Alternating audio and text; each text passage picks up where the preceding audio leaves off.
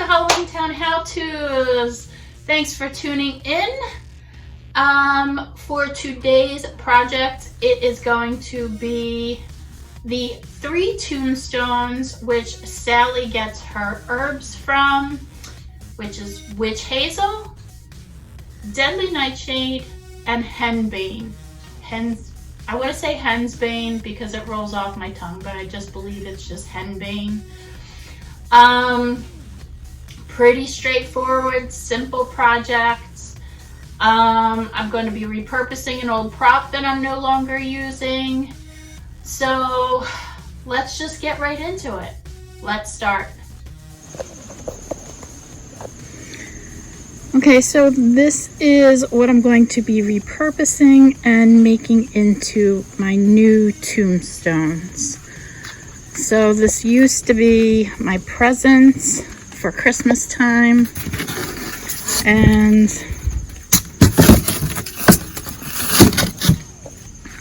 the back of it is Dry-Loc with some PVC pipes already in it.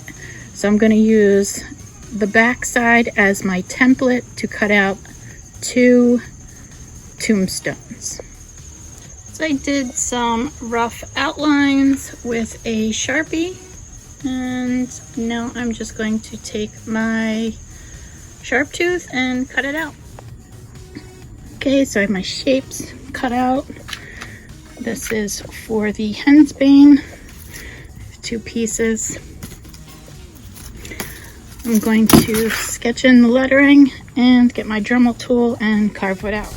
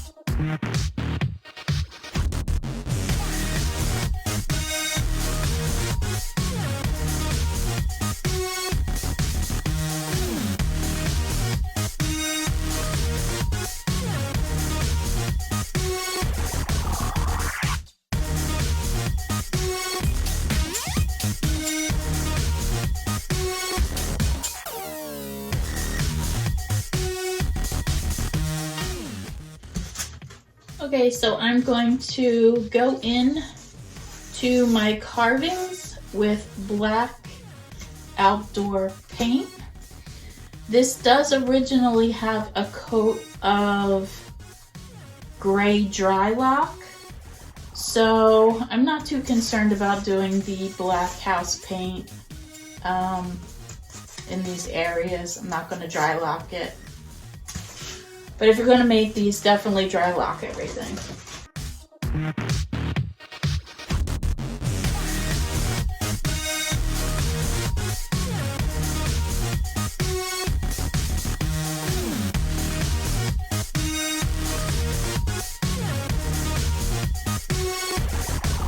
This still is a little bit wet. I'm going to use some of my nutmeg brown just to give it a little bit of a brown tone.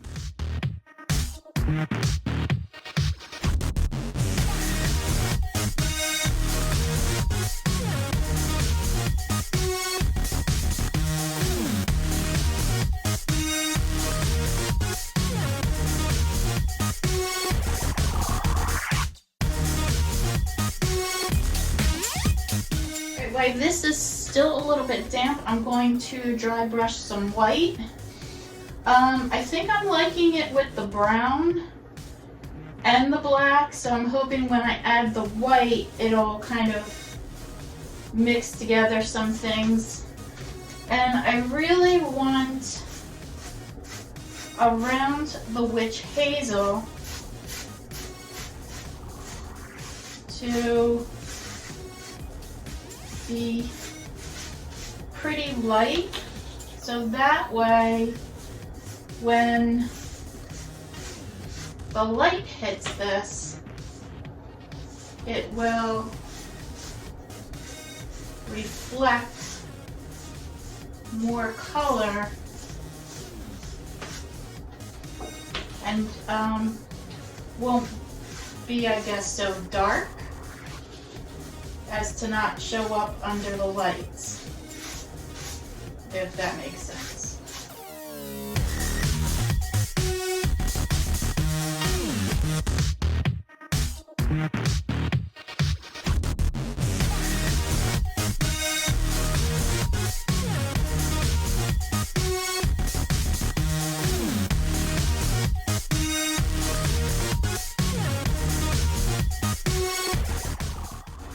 How this looks.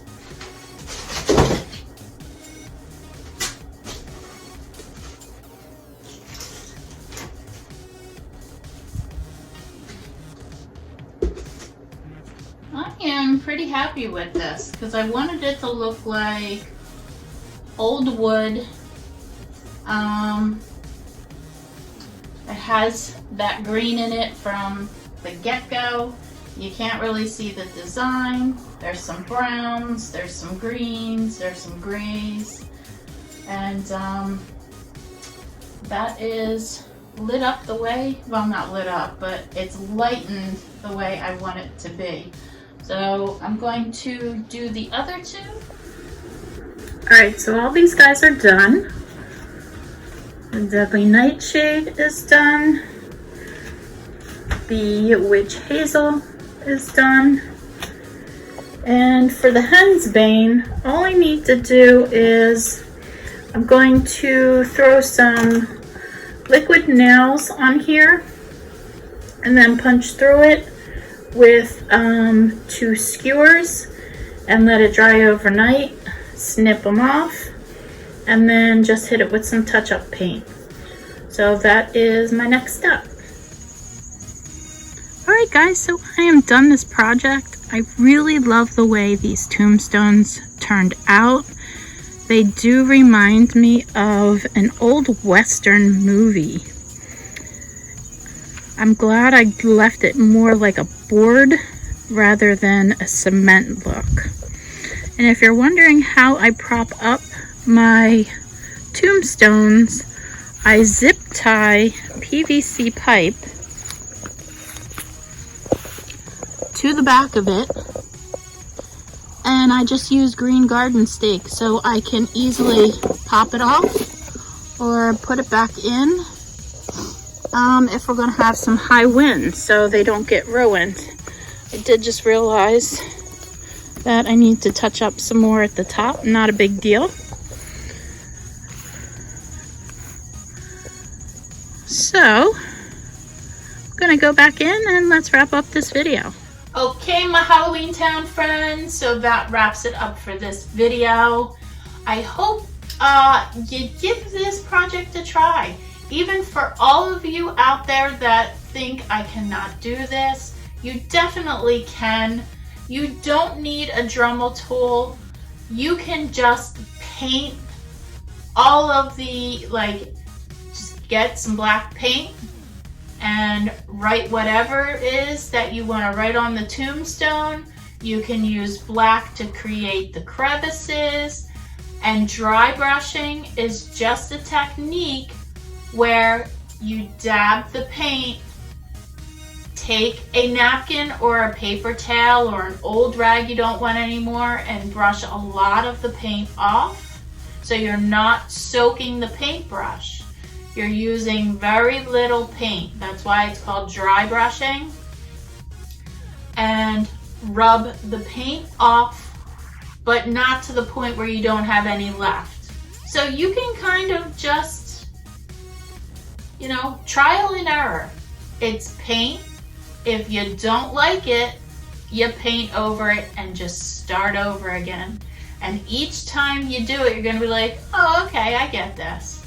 Because even I make mistakes. I put too much white on, but the beauty of it is, as I keep going, the paint's being distributed throughout the project, and then I don't have a lot of paint on it. I'll go back to the big blob and pick it up and smooth it out. So no stress, keep it simple and have fun with it. If I showed you, I don't have a picture of my very first tombstone. I'm serious. It was plywood and painted on. And I look at where I'm at now, and it's just night and day, people. It really is. It was a beginner's tombstone. And that's all right, because you got to start somewhere. And the more you do this, the more you're going to get confident and the better you're going to become. So you got to start somewhere. My next project is this guy, people. Look at these guns. I swear my husband's always like, you have such big arms. Oh, sweet Jesus. I have the whole kitten in here somewhere. I'm so tired. See, this is what happens when I get tired and I get really giddy. But that's okay. So anyway, I'm gonna be starting that project, and out of everything I have done so far, this scares me. And it scares me because with all my creations, I'm kind of like this free-flowing creative being that just lets things, I don't know, just meld into what it wants to become. And with sewing, it's a very kind of almost exact thing. Not that I haven't sewn before, but I haven't tackled something like this, so it kind of scares me. I feel like it's like baking, where you accidentally put salt in, and you weren't supposed to, and then when you go to eat it, you're like, oh my god, this is disgusting, what did I do? So I'm really worried that I'm going to it's going to be too small on one side, or just disproportionate. I don't know, but I'm gonna give it a try. So be on the lookout for that, guys. And as always, get creative, and I will see you next time on Halloween Town How-Tos. Bye bye, everybody.